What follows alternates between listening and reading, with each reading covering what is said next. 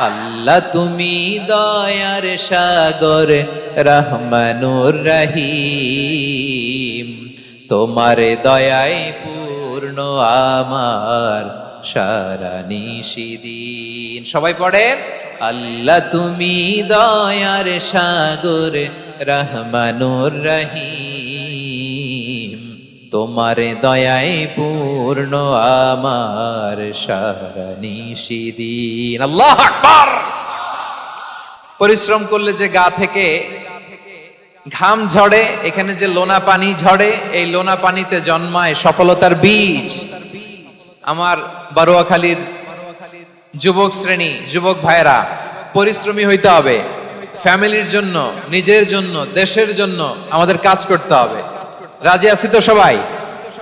আল্লাহ সবাইকে কবুল করুক, আমরা পড়ি আমিন। সে আল্লাহর কাছে বলেছে, আল্লাহ আমি যখন মারা যাব সেজদারত অবস্থায় যেন মারা যাই। ঠিকই আল্লাহ সেজদারত অবস্থায় সাইয়েদনা আজরাইলকে পাঠিয়ে দিলেন। সেজদারত অবস্থায় লোকটা মারা গেল। 500 বছর ইবাদতের পরে আল্লাহর দরবারে কিয়ামতের কঠিন ময়দানে যখন লোকটা হাজির হয়ে যাবে, আল্লাহ বলবেন, আদখিলু আবদি আল জান্নাতা বিরহমাতি, আমার বান্দাকে আমার দয়া, আমার ভালোবাসা দিয়ে জান্নাতে ঢুকায়া দাও। 500 বছর ইবাদত করছে তো আমার দয়ায় আমার বান্দারে জান্নাত দাও। এই বান্দা বলে, বালবি আমালি, আল্লাহ তোমার দয়া লাগবে কেন? আমি আমার আমল দিয়ে জান্নাতে যেতে চাই। কি দিয়ে? কথা বুঝে নাই বোধহয়। আল্লাহর এই বান্দা কি দিয়ে জান্নাতে ঢুকতে চায়?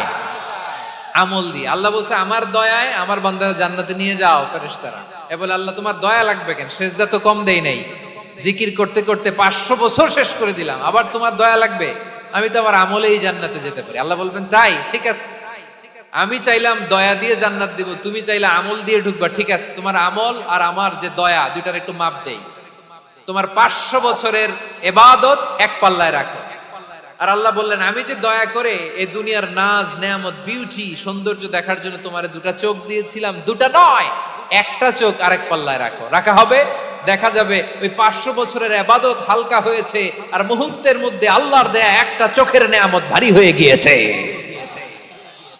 আল্লাহ বলবেন, তোমার কথা মতো মাপ দেয়া হলো, এবার ফলাফল দেখো, হিসাব বলে তুমি এখন জাহান্নামে যাবা, go to the hell fire, যাও এবার জাহান্নামে যাও।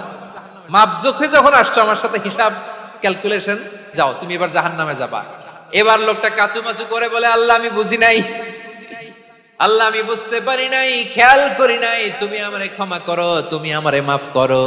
ও আল্লাহ, এবার আমি টের পেয়েছি, এবার আমি বুঝতে পেরেছি, তোমার দয়া ছাড়া দুনিয়ায় কেউ জান্নাতে যেতে পারবে না, কেউ পারবে না। আল্লাহ বললেন, ওরে গোলাম, তুই তো কিছুই ছিলি না, অস্তিত্বহীনতা থেকে তোরে অস্তিত্বে আনলো কে? ওই ছোট্ট শুক্রাণু থেকে মায়ের পেটে 9 মাস ধরে খাবার দিয়েছে কে? আবার সুস্থতার সাথে দুনিয়ার বুকে তোরে ডেলিভারির ব্যবস্থা করে দিল কে? আবার তোর মায়ের বুকের ভেতরে 2টা খাবারের লাইনের ব্যবস্থা করে দিল কে? আবার তোকে শৈশব পেরিয়ে কৈশোর পেরিয়ে তারুণ্য, তারপরে যৌবন, এগুলো দান করলো কে? তার চেয়ে বড় কথা, পাহাড়ের মাঝখানে, সাগরের মাঝখানে 500 বছর ইবাদত করার শক্তি তোর গায়ে দিয়েছে কে? এই সাগরের মধ্যে লোনা পানি, লবণের পানি মুখে দেয়া যায় না, সেখান থেকে আমি পাহাড়ের ভেতর থেকে মিঠা পানির ব্যবস্থা করে দিলাম। ওই জায়গায় তোরে রিজিকের বন্দোবস্ত করলো কে? সকাল বিকাল 2 বেলা টসটসে ডালিম খাওয়ার ব্যবস্থা করে দিল কে? তোর আবদার ছিল, আল্লাহ আপনি আমারে সেজদারত অবস্থায় রুহু কবজ করবেন, তোর শেষ আবদারটাও পূরণ করেছে কে? ও গোলাম, আমার রহমতের তুলনায়, আমার নেয়ামতের তুলনায় তোর 500 বছরের ইবাদতের কোনো ওজনই হবে না। গোটা বিশ্বের কেউ কোনোদিন আমার জান্নাতে ঢুকতে পারবে না, আমি আল্লাহর দয়া ছাড়া।